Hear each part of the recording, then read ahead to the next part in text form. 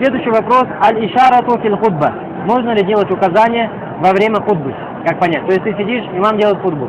Твой ребенок, что? Не слушается тебя, допустим, что? Кривляется и тому подобное. Можно ли ему пальцем показать сесть? Сядь, так? Или, допустим, что встань? Или иди поближе? Или убери обувь и тому подобное. То есть показать лицом, или глазами, или какой-то мимикой, или пальцем, допустим. Говорит, ман ихтаджа иля аль-калям фил хутба, фала ятакаллам. Если кто-то нуждается в разговоре во время хутбы, то он не должен разговаривать, валаху ан юшир, но ему разрешается указывать. Поэтому в нашем хадисе у Абу Хурайры как пришло? Если, что? Нам. Пришло то, что если человек скажет своему другу ансит, молчи, тогда у него удаляется или аннулируется его награда за сидение на пятничной хутбе. Это произнесение слова, так или нет? Но нет указания на запрещенность, указания пальцем, например, или головой. Поэтому это является каким? Деянием разрешенным.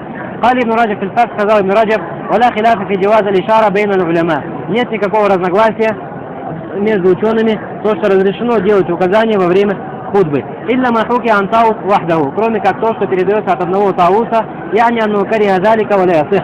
То есть то, что он считал это нежелательным, и это является неправильным. Лянна лишара фи сала джаиза, потому что указание в намазе даже является разрешенным. Фафи халят аль-хутба ауля. А тем более во время хутбы делать указание является разрешенным.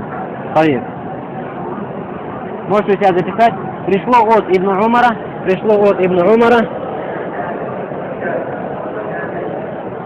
у Абдур-Разака 3225. 3225. С достоверным иснадом анну кану юширу фил хутба. То, что Ибн Умар делал некоторые указания во время хутбы, то есть пальцем или головой и тому подобное.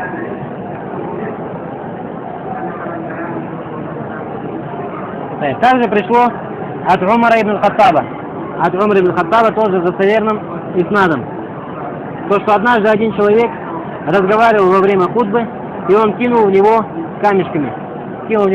А когда тот человек повернулся к нему, он показал ему замолчи. То есть показал ему чем? Указанием. То, что не разговаривай, сиди, молчи. То есть не сказал ему словом молчи, но указал указанием. И также пришло от Захира аль-Аслами, один из подвижников, Захир аль-Аслами, у Ибн Аби Шейба, то, что он тоже делал указания пальцем во время хутбы.